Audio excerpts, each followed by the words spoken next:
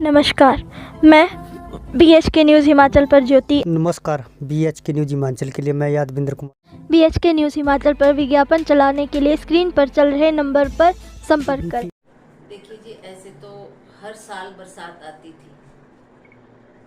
जुलाई और अगस्त में अच्छी बरसात पड़ने से लोगों की फसल भी अच्छी होती थी, लोगों के क्रॉप्स भी अच्छे होते थे। पर इस बार हमें लगा कि जो बारिश इन मौसम में या इन महीनों में होनी चाहिए थी वो दिसंबर के महीने से शुरू हुई। जनवरी, फरवरी, मार्च, अप्रैल तक वो बारिश निरंतर चली रही और इतना पानी जमीन में हो गया कि वो उसको पचा नहीं पाई।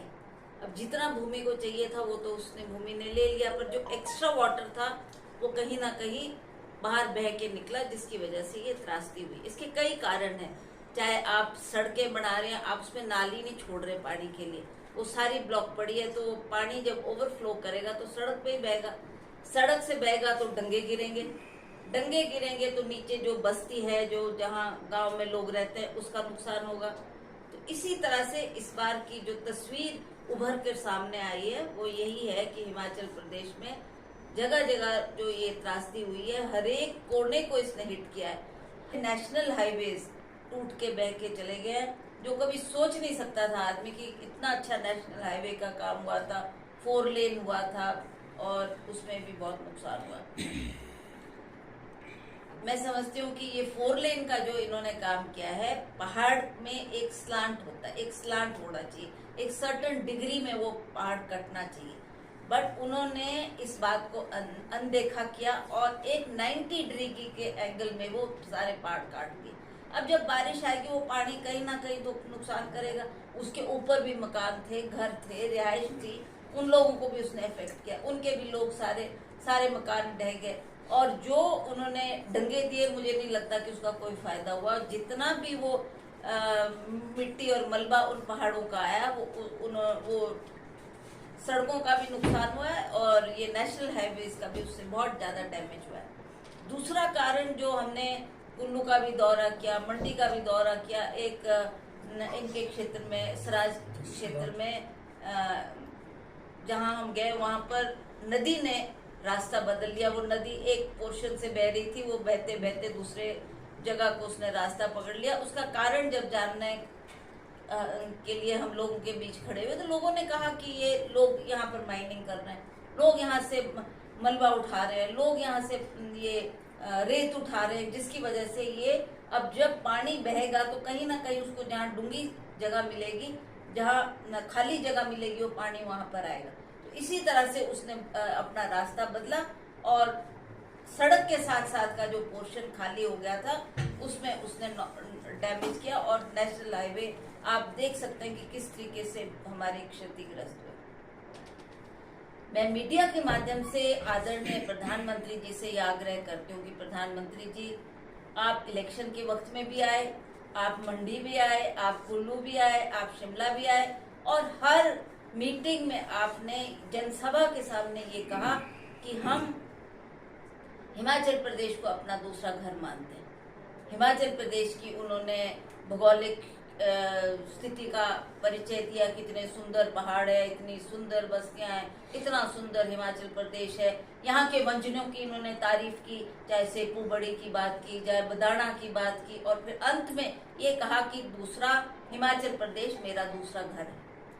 हमें बहुत आशा थी कि जब ऐसा हुआ तो आप अपने घर को देखेंगे, चलो दूसरा ही घर सही, पर दूसरा घर आपका बुरी तरह क्षतिग्रस्त हुआ है। प्रधानमंत्री जी ने एक शब्द भी हिमाचल प्रदेश की त्रासदी के बारे में नहीं कहा, जिसे मुझे व्यक्तिगत भी बहुत दुख लगा कि आप क्या मजाक कर रहे हो, क्या आप ये इस तरीके का खिलवाड़ कर रहे हो।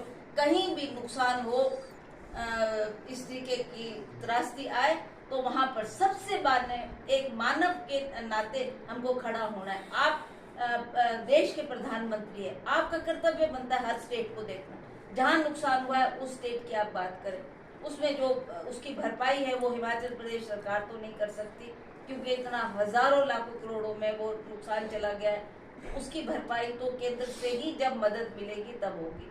हमें प्रधानमंत्री जी की तरफ से एक वर्ड भी नहीं आश्वासन का मिला और ना ही उन्होंने हिमाचल प्रदेश का कहीं जिक्र किया।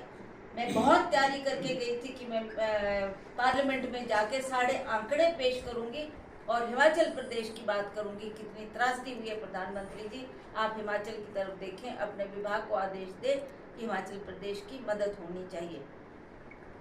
परंतु आप जानते हैं कि मणिपुर इशू एक बर्निंग इशू था हमारे पार्लियामेंट में, और उसके ऊपर भी वहां भी ऐसी ही स्थिति पैदा हो गई थी, बहुत से लोग मर गए वहां पर भी।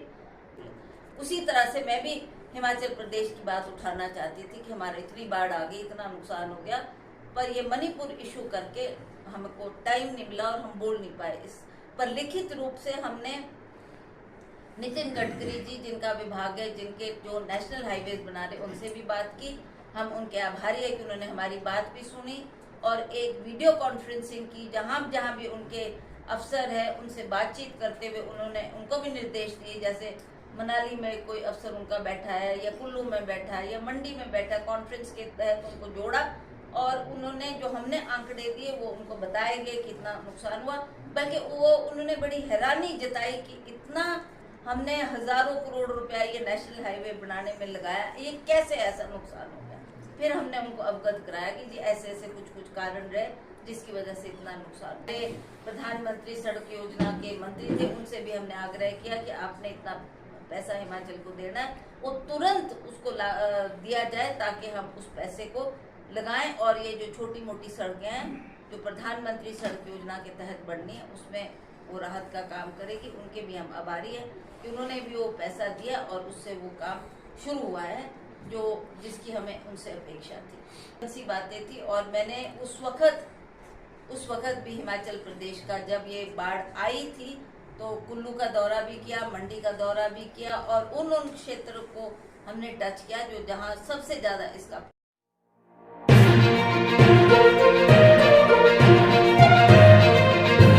हमसे जुड़े रहने के लिए हमारे YouTube चैनल को सब्सक्राइब करें और नई वीडियो की नोटिफिकेशन के लिए बेल आइकॉन को दबाएं। अगर आप ये वीडियो Facebook पर देख रहे हैं तो लाइक जरूर करें और ज्यादा से ज्यादा शेयर